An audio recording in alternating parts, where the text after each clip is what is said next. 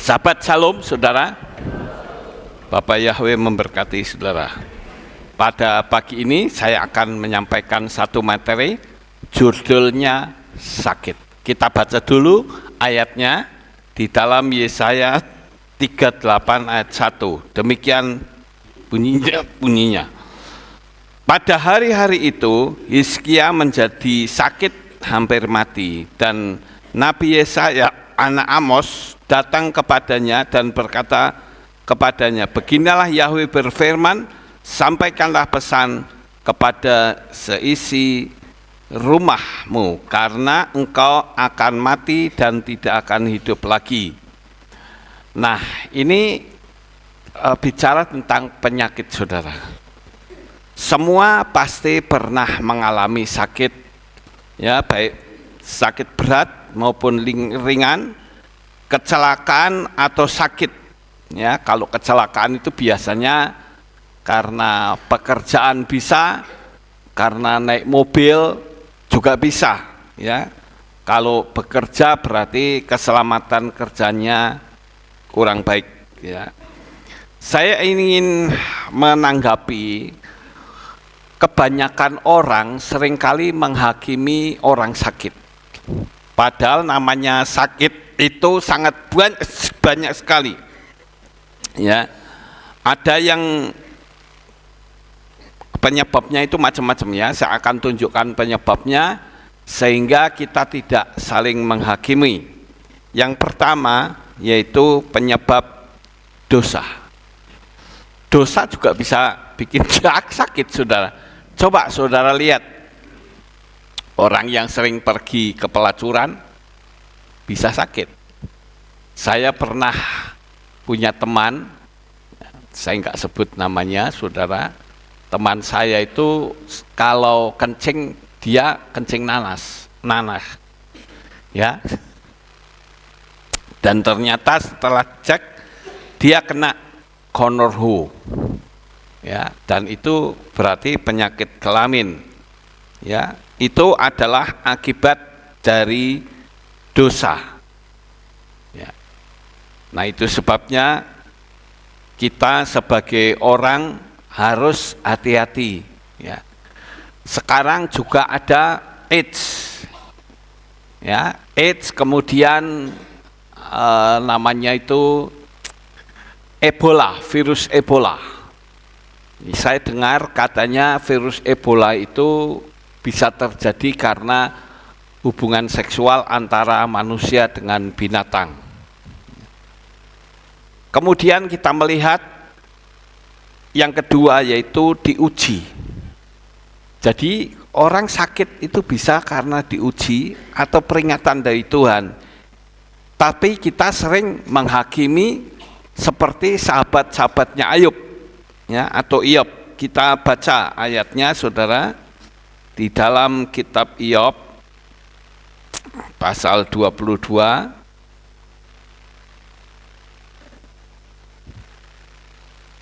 ayat 9. Janda-janda telah kau usir dengan tangan hampa, dan lengan anak-anak yatim piatu kau remukkan. Coba saudara renungkan, apa betul Ayub melakukan ini saudara? Tidak betul. Kalau dia disebut sebagai orang saleh, takut akan Tuhan, tidak mungkin saudara. Tapi teman-temannya datang bukannya memberi penghiburan, yang terjadi malah menghakimi. Kita lihat juga di pasal 31. Kita akan lihat pasal 31 ayat 17. Atau telah memakan sendiri makananku, dan anak yatim piatu tidak memakannya.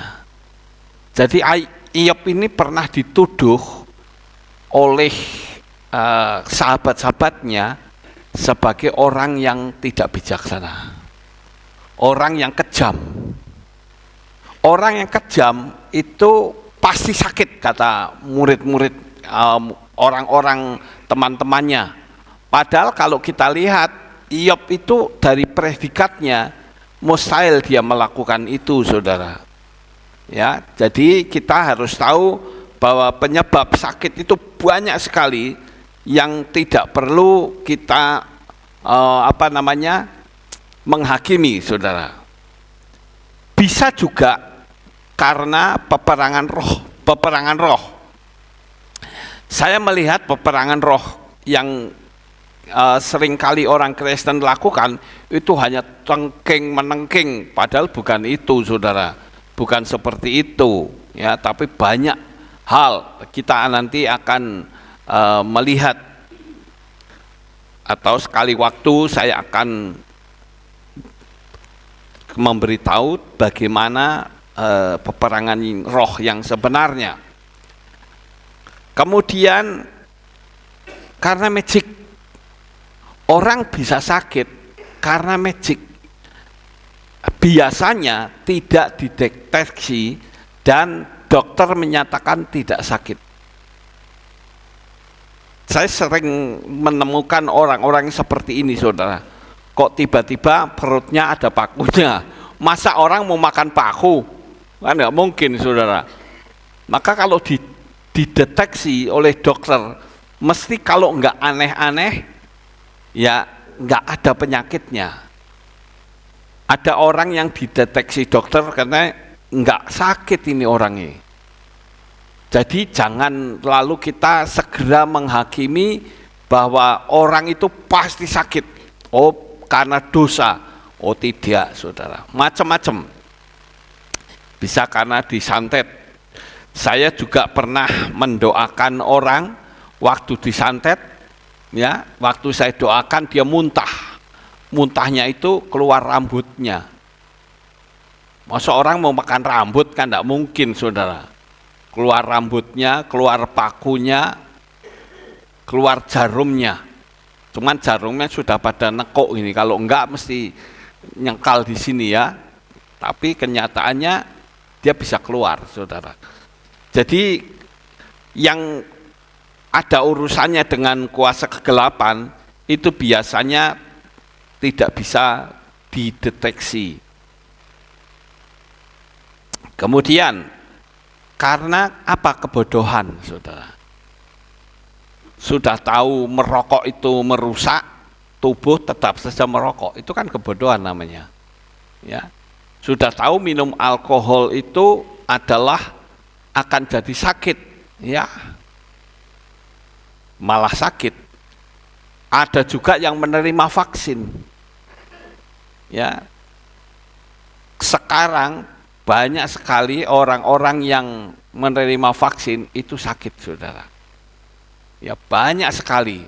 Bahkan dokter Israel menyarankan kalau vaksin itu jangan berhubungan seksual. Bisa menular juga. Itu mengerikan.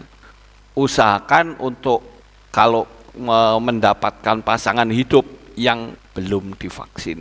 Usahakan. Ya, saya pernah punya videonya, saya tidak tayangkan, ya, saudara. Itu ada orang yang anaknya akhirnya cacat.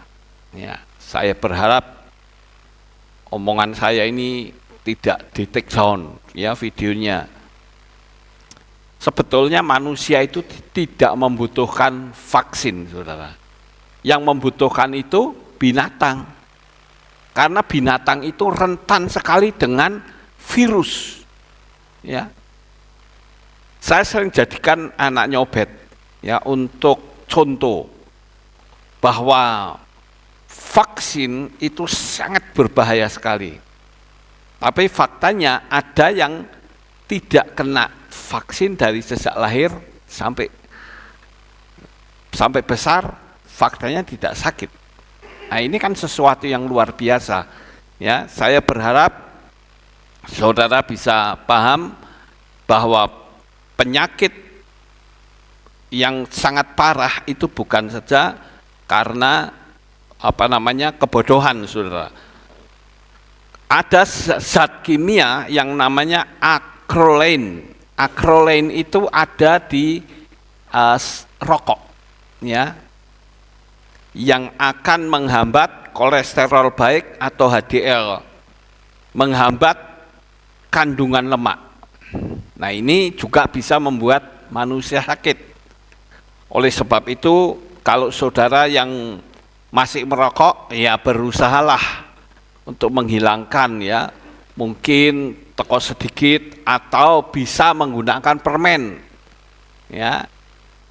Karena saya ngomong begini karena saya dulu juga perokok, ya. Itu akan membuat kita sakit dan bahkan sangat berbahaya sekali.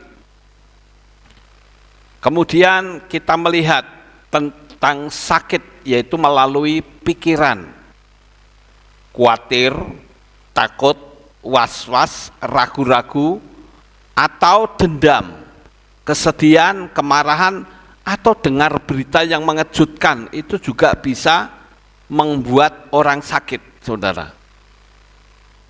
Saya sering menemukan atau kita sering melihat di TV, ada orang yang tadinya hidupnya nyaman, kaya raya, pamer kekayaan sana sini, tapi sekali waktu ketangkep karena korupsi, dia bilang apa? Sakit.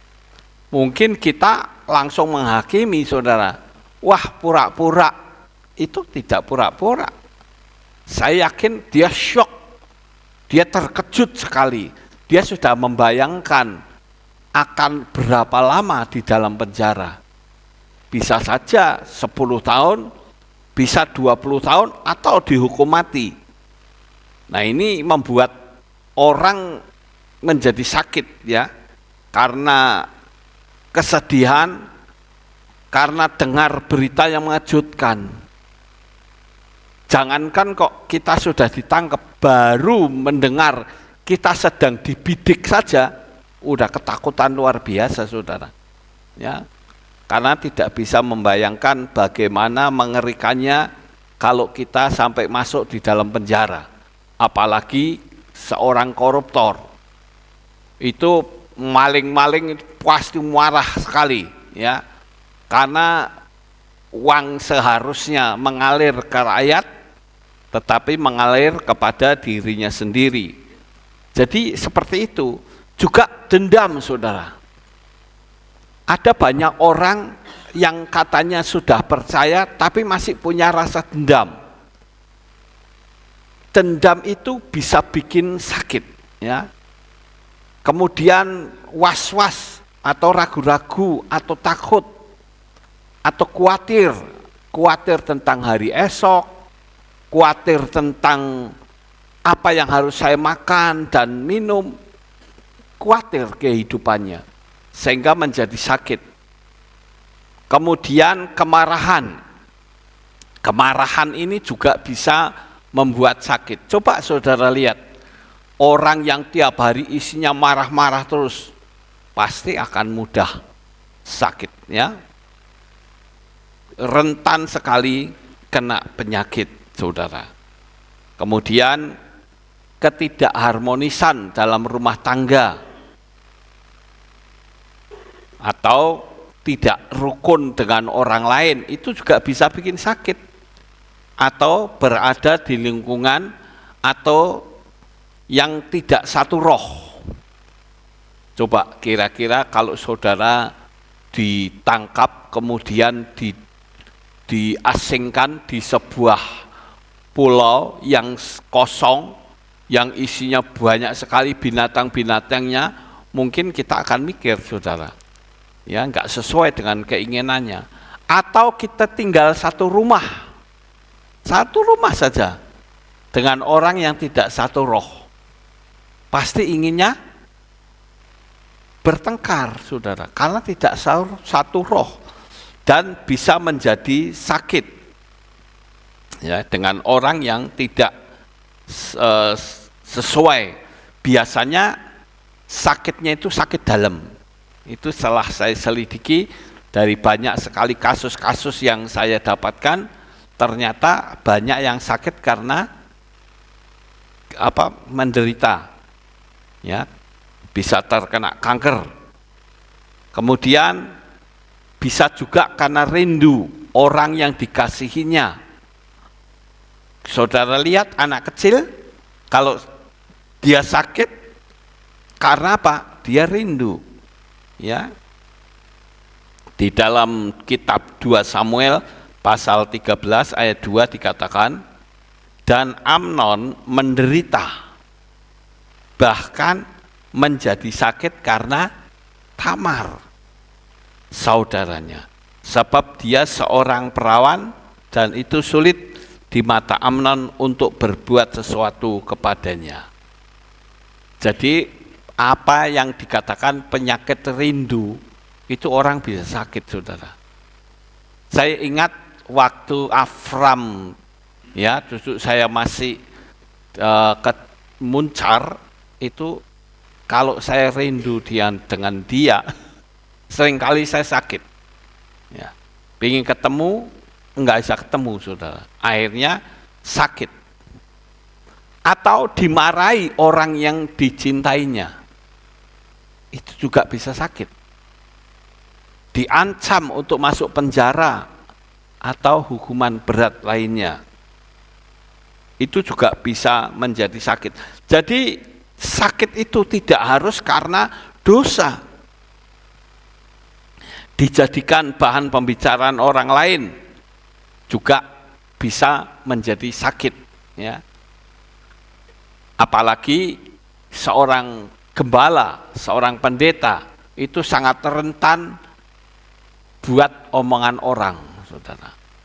Saya merasakan, saya tahu banget ya orang-orang si A, si B, si C yang ngomongin di belakang, saya tahu, saudara. Cuman kan saya harus berlaku baik kepada orang tersebut.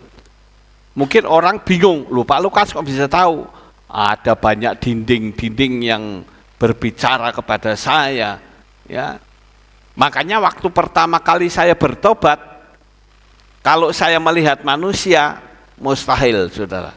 Saya menjadi orang percaya, sangat mustahil. Karena waktu saya masuk menjadi orang percaya pun, orang sudah nggak tertarik dengan saya, nggak tahu apakah penampilannya lecek atau bagaimana, nggak tahu saya. Nggak ada yang ngajak ngomong. Bayangin, saudara, orang baru di dalam gereja nggak ada satupun yang ngajak ngomong. Makanya saya menganjurkan kalau saudara ada orang baru, ya, datang ibadah tempat kita harus ngajak ngomong, saudara. Diajak untuk berbicara, dikasih minum, ya, cerita-cerita gitu, kita akrab. Jangan dicuekin, saudara. Dicuekin, orang pasti akan ngomong, ini gereja apa ini? Ya, kehilat apa ini? Kehilat kok enggak dekat satu dengan yang lain. Bikin orang menjadi sakit hati, saudara. Jangankan kok seperti itu, lawong di depan saja, salaman loh, melengos saja, jadi masalah kok, saudara. Bayangkan, apalagi nggak diajak ngomong. Makanya saya katakan, kalau saya melihat manusia, pasti kecewa. Saya mundur dari Tuhan, sudah sangat lama. Ya, dari sejak pertama bertobat saja sudah mundur. Karena yang saya lihat orang-orang percaya ini enggak bisa ramah, saudara. Padahal banyak sekali orang yang masuk ke kehilat itu punya beban, punya masalah, punya tantangan hidup. Bagaimana kalau kita tinggalkan? Ya, enggak diajak ngomong, enggak dihargai. Orang Jawa bilang enggak diwongke. Bagaimana orang bisa betah, saudara?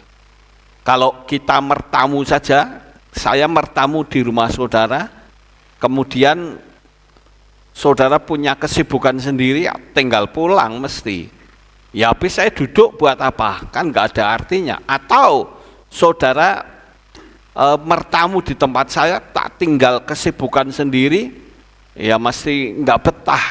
Kita berusaha untuk interaksi dengan orang, ya. Jadi penyakit itu sangat banyak sekali.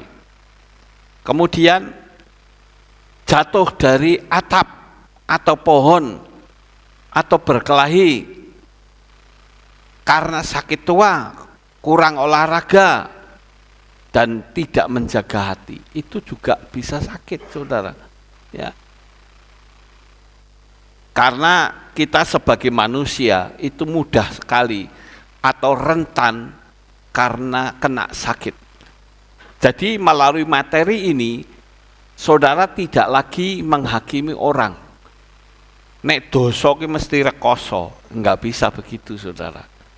Kita tahu bahwa penyakit atau orang menjadi sakit itu banyak penyebab-penyebabnya, ya. Kita sebagai anak-anak Tuhan harus tahu bahwa hidup di dalam dunia ini cuma satu kali, saudara. Kita nggak ngerti, tahu-tahu, wah kok sudah dipanggil Tuhan, gitu ya. Saya juga melihat ada banyak sekali, kalau saya nonton video lama, si A, si B, si C, saya lihat mereka sudah banyak yang dipanggil pulang oleh Tuhan. Ya, kadangkala saya melihat video lama saya itu bisa menangis, saudara. Karena apa? Orang-orang yang tadinya setia sekarang sudah tidak lagi bersama kita. Bisa jadi hari ini atau lusa orang-orang yang katanya dekat dengan kita adalah pertemuan yang terakhir, bisa saja. Ya. Itu sebabnya kita semua itu diajarkan untuk mengasihi bukan cuman kepada Tuhan tetapi kepada sesamanya. Orang bisa sakit karena dekat dengan polusi pabrik, ya, atau tempat yang tidak layak huni. Terus rumah yang dekat sutet, atau dekat dengan stasiun relay antena HP. Nah, itu juga bisa membuat orang sakit, saudara. Waktu yang lalu saya sudah bikin materi, sudah bikin videonya dengan alat pendeteksi radiasi. Ternyata rumah orang yang dekat dengan sutet maupun yang dekat dengan antena HP, radiasinya sangat tinggi. Ya, sekali lagi saya ingatkan, kalau punya rumah di bawahnya sutet, ya lebih baik dijual, ya, daripada anak istri saudara terkena penyakit, dan itu sangat berbahaya sekali, karena bisa kena kanker, bisa lahir cacat dan sebagainya. Ya. Jadi saya berharap saudara sebagai orang bisa lebih dekat lagi kepada Tuhan, karena bisa sewaktu-waktu kita dipanggil oleh Tuhan. Nah, sekarang kita melihat kesimpulan dari materi saya ini. Kesimpulannya yang pertama, begitu rentannya manusia dengan rasa sakit. Kita harus dekat Tuhan dan jaga hati agar tetap sehat. Ya, jaga hati, saudara, dan dekat dengan Tuhan. Kalau sakit mati, karuane, karena kita sudah dekat dengan Tuhan. Tapi kalau kita enggak dekat dengan Tuhan, ojo dumeh, wah ini dagangan saya laris misalnya, lalu saudara lupa ibadah, lalu saudara berpikir, wah pokoknya saya tak ngeruk uang, sekarang ini dagangan saya agak laris. Kalau dibesok sama teman-teman mungkin ngomongnya, aku nggak punya waktu. Banyak sekali orang-orang yang seperti itu, ya. Seperti yang bolak-balik saya ceritakan, bagaimana orang comal pada waktu dia masih miskin, dia ngomong apa? Kalau Tuhan membuat aku kaya, aku tetap setia. Tapi giliran tokonya rame, diajak ibadah enggak mau, saudara. Akhirnya dia sendiri kena kanker. Dan waktu kena kanker, dia mendapat penglihatan tentang Yerusalem baru, tentang kota yang berlapis-lapis bawahnya. Saya sendiri ketemu dengan orangnya dan tanya sama orangnya. Saya bilang, Cik, kotanya seperti apa? Dia berkata, aduh Pak Lukas, orang di dunia ini nggak ada yang punya kekayaan sehebat itu. Tidak ada negeri seindah itu. Dia cerita kalau ada pohon, pohonnya pun bercahaya. Dia melihat lantainya terbuat dari emas. Persis seperti apa yang tertulis di dalam kitab Gilyahna pasal 21 ayat 19 sampai 21. Ya. Gilyahna pasal 20 atau 21 itu ya. Itu sama persis, Saudara. Akhirnya dia mengambil keputusan ya. Kalau saya sembuh, saya akan melayani Tuhan. Saya akan tinggalkan toko. Loh, bayangkan orang yang tadinya mati-matian berpegang teguh, kalau besok ngomongnya, wah aku ini masih sibuk, maaf ya, jadi nanti kalau sudah enggak sibuk saya datang ke gereja. Tapi sekarang dia berani berkata, kalau saya sembuh, saya tinggalkan pekerjaan saya akan kembali melayani. Pelayanannya itu melayani sekolah minggu, Saudara. Ya, kadangkala nyebrang ke anak sekolah minggu, itu pahalanya besar di hadapan Tuhan. Ya. Kemudian kita melihat agar supaya kita jangan sakit, ya jangan cari masalah. Kamu akan menyesal selamanya tanpa bisa ada waktu untuk memperbaikinya. Kita harus sadari, Saudara, jangan kita mencari masalah. Saya punya teman yang istrinya 3, tapi satu rumah, Saudara. Bayangkan, Saudara, istri 3 satu rumah, katanya apa? Rukun. Memang kalau dilihat secara fisik itu rukun, tapi siapa orangnya yang mau dimadu? Ayo. Pasti tidak mau. Tapi karena istri pertamanya itu takut, ya sudahlah, sakarep-karepe.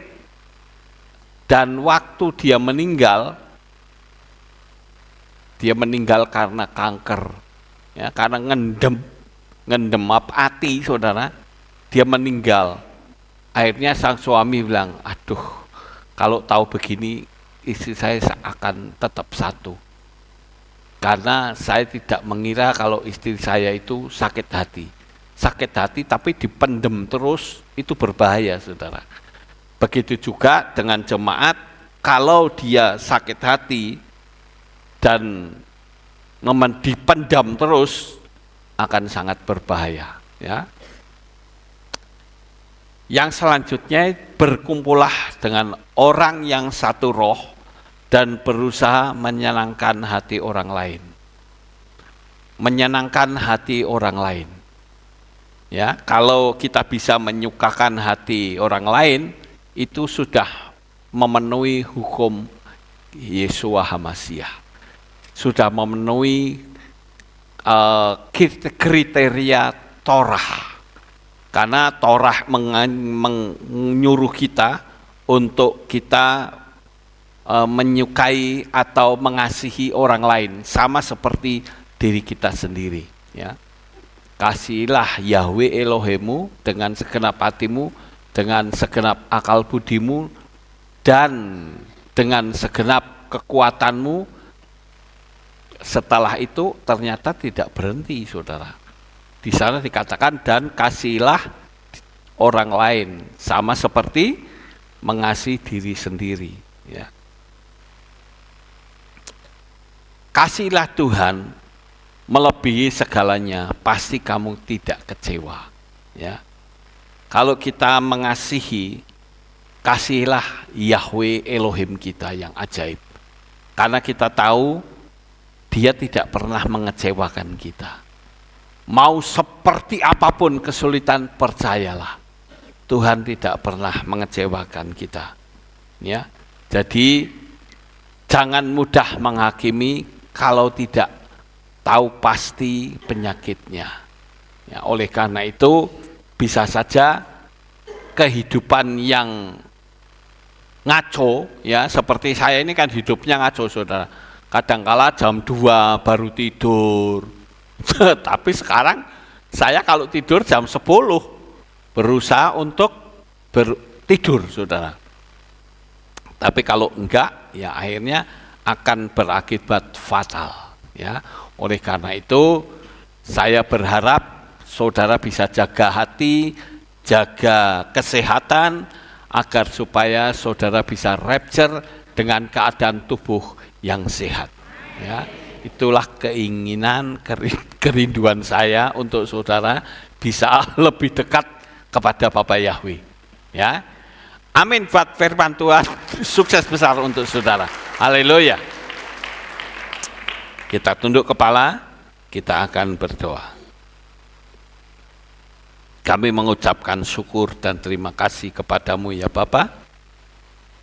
Pada pagi ini kami telah mendengarkan firman-Mu. Biarlah apa yang kami dengar kami dapat tanamkan di dalam hati kami, karena kami menyadari bahwa kami rentan sekali dengan penyakit. Baik penyakit-penyakit yang berat maupun penyakit yang ringan. Oleh karena itu kami mohon pertolongan-Mu, agar kami menjadi berkenan di hadapan Tuhan. Terima kasih Bapa, kami serahkan semuanya ini di dalam tangan Tuhan. Kami percaya Bapa Yahweh memberkati anak-anak-Mu lebih dari waktu-waktu yang lalu, sehingga mereka boleh bersukacita di dalam Engkau. Yang punya visi, misi, dan impian dapat terwujud dan nama Tuhan dipermuliakan. Terima kasih Bapa, di dalam nama Adonai Yesus HaMasiah kami berdoa. Amin. Ada pengumuman? Oke, tidak ada. Kita akan akhiri kebaktian kita. Saya mengundang jemaat Tuhan, kita bangkit berdiri. Kita akan berdoa. Terima kasih Bapa, selesai sudah ibadah kami dari awal, pertengahan hingga akhirnya. Sebentar lagi kami akan pulang ke rumah kami masing-masing. Kami mohon penyertaan-Mu sehingga kami boleh sampai di rumah dengan selamat, dijauhkan dari malapetaka, dijauhkan dari bencana, sakit penyakit, dan orang-orang yang hendak berbuat jahat. Tutup bungkus dengan kuasa-Mu, di dalam nama Adonai Yesus HaMasiah kami sudah berdoa dan mengucap syukur. Mari kita angkat tangan kita akan menerima berkat Kohanim. Haleluya. Yevarecheka Yahweh wa yismereka. Amin. Ken yehi rotso. Yair Yahweh pano elika wihuneha.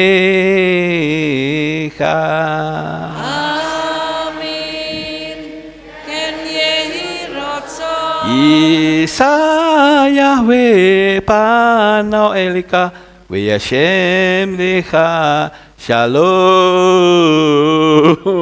Amin. Ken yehi ratzon. Baruk ata Bair Ufaruk ata Besadeh. Diberkatilah engkau di kota dan diberkatilah engkau di ladang. Amin. Baruk peripitneka ufri atmatka ufri fahem Sikar teka, sekar ala PKW esterot seneka.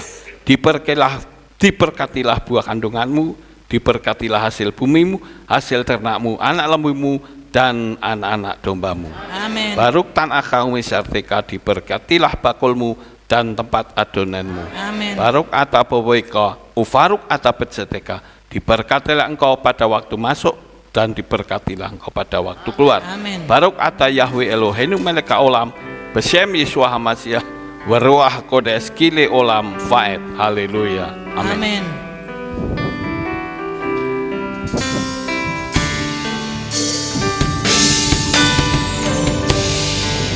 Amin.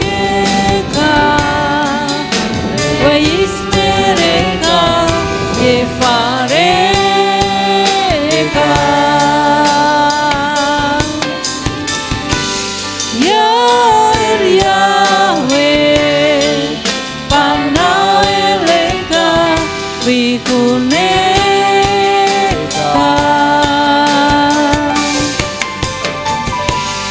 Yefareka Weis mereka Yefareka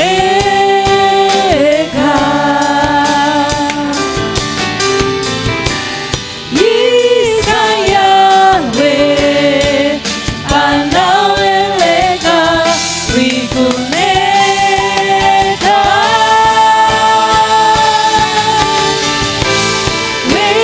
Weashemeka Shalom Shalom Weashemeka Shalom Shalom Yevaredeka Yeismereka Yevareka. Amin. Selamat pulang, Bapak Yahweh memberkati. Sahabat Shalom.